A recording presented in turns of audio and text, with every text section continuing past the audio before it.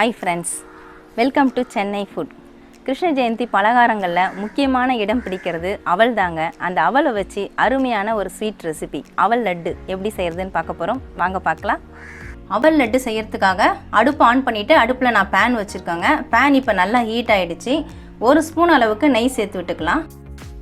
நான் 1 கப் அளவுக்கு அவல் எடுத்துருக்கிறேன். மெலிசாக இருக்கிற அவல் தாங்க எடுத்துருக்கிறேன். ஆனால் இந்த அவல் தான் எடுக்கணும்னு கட்டாயம் கிடையாது. நீங்கள் எந்த அவல் வேணுனாலும் எடுத்துக்கலாம். சிகப்பு அவல் இல்லை கனமாக இருக்கிற அவல் எது வேணுனாலும் எடுத்துக்கலாங்க. இந்த அவலை நம்ம நெய்யில் சேர்த்துட்டு வறுத்துக்கலாம்.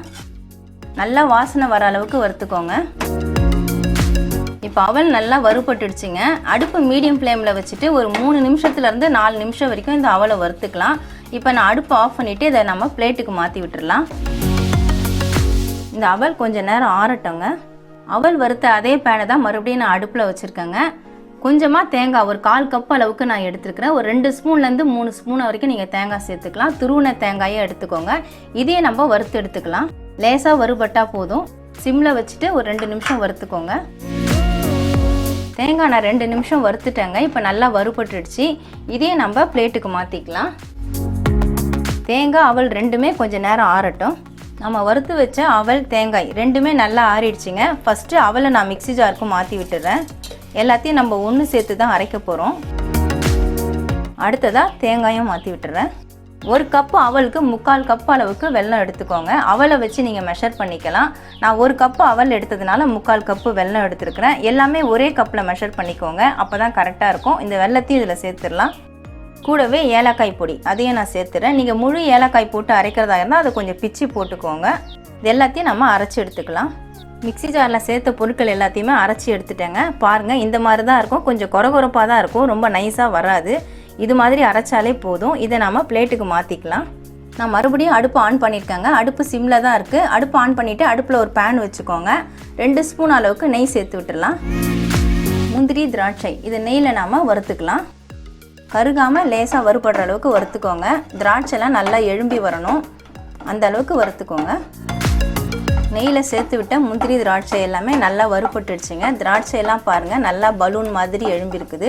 இந்த சமயத்தில் அரைச்ச இந்த விழுதை நம்ம இதில் சேர்த்து விட்டுட்டு நல்லா கலந்துக்கலாம். அது சேர்த்து விட்ட உடனே நம்ம அடுப்பை ஆஃப் பண்ணிடணும். நான் அடுப்பை ஆஃப் பண்ணிவிட்டு அந்த சூட்லேயே நம்ம மிக்ஸ் பண்ணிக்கலாம். நான் பேன் அடுப்புலேருந்து இறக்கிட்டேங்க. நல்லா மிக்ஸ் பண்ணி விட்டாச்சு. இப்போ கை பொறுக்கிற சூடு வரணுங்க. வந்ததுக்கப்புறம் தான் நம்ம லட்டு பிடிக்க முடியும். அது வரைக்கும் கொஞ்சம் இந்த மாதிரி கலரி விட்டுட்டே இருந்தோம்னா கொஞ்சம் சீக்கிரமாகவே ஆறிடும். நம்ம லட்டு பிடிக்க ஸ்டார்ட் பண்ணலாம்.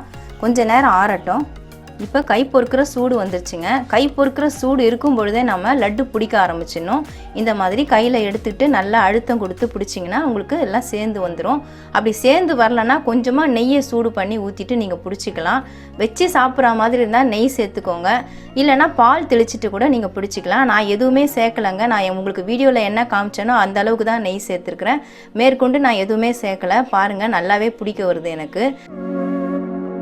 பாருங்கள், சூப்பராக லட்டு ரெடி ஆயிடுச்சு. இதே மாதிரி எல்லாத்தையும் நம்ம உருண்டை பிடிச்சி எடுத்துக்கலாம். அவல் லட்டு ரெடி ஆயிடுச்சு பாருங்கள்.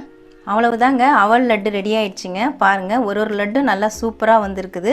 நான் மேற்கொண்டு நெய் பால் எதுவுமே சேர்க்கலாங்க. நான் ரெடி பண்ணது அந்த கலர்னது அப்படியே கை பொறுக்கிற சூட்டில் வச்சு பிடிச்சிட்டேன். 1 கப்பு அவல் 1/4 கப்பு தேங்காய்க்கு எனக்கு மொத்தம் 11 பீஸ் வந்திருக்குங்க. Medium size piece. கிருஷ்ணருக்கு மிகவும் பிடித்தமான அவலை வச்சு நம்ம அவல் லட்டு செஞ்சுருக்கோங்க. இந்த அவல் லட்டு ரொம்ப டேஸ்ட்டாக இருக்குங்க. ரொம்ப ஈஸியாக 5 நிமிஷத்தில் நாம் ரெடி பண்ணிடலாங்க. நீங்களும் இதே மாதிரி கிருஷ்ண ஜெயந்திக்கு அவல் லட்டு செஞ்சு இந்த கிருஷ்ண ஜெயந்தியை சந்தோஷமாக கொண்டாடுங்க. அனைவருக்கும் என் இனிய கிருஷ்ண ஜெயந்தி நல்வாழ்த்துக்கள். கிருஷ்ண ஜெயந்தி பலகாரங்களில் முக்கியமான இடம் பிடிக்கிற அவலை வச்சு அருமையான லட்டு எப்படி செய்கிறதுன்னு பார்த்துருப்பீங்க. உங்களுக்கு இந்த வீடியோ பிடிச்சிருக்கோன்னு நினைக்கிறேன். உங்களுக்கு இந்த வீடியோ பிடிச்சிருந்தா லைக் பண்ணுங்கள், ஷேர் பண்ணுங்கள், சப்ஸ்கிரைப் பண்ணுங்கள். சப்ஸ்கிரைப் பண்ணவங்க மறக்காமல் பெல் பட்டனை கிளிக் பண்ணுங்கள். இந்த வீடியோவில் ஏதாவது டவுட்ஸ் இருந்தால் கமெண்ட்ஸில் கேளுங்க.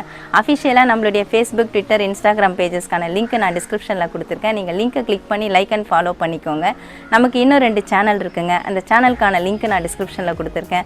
நீங்கள் லிங்கை கிளிக் பண்ணி சேனலை ஓப்பன் பண்ணி பாருங்கள். உங்களுக்கு அந்த சேனல் பிடிச்சிருந்தா சப்ஸ்கிரைப் பண்ணிக்கோங்க.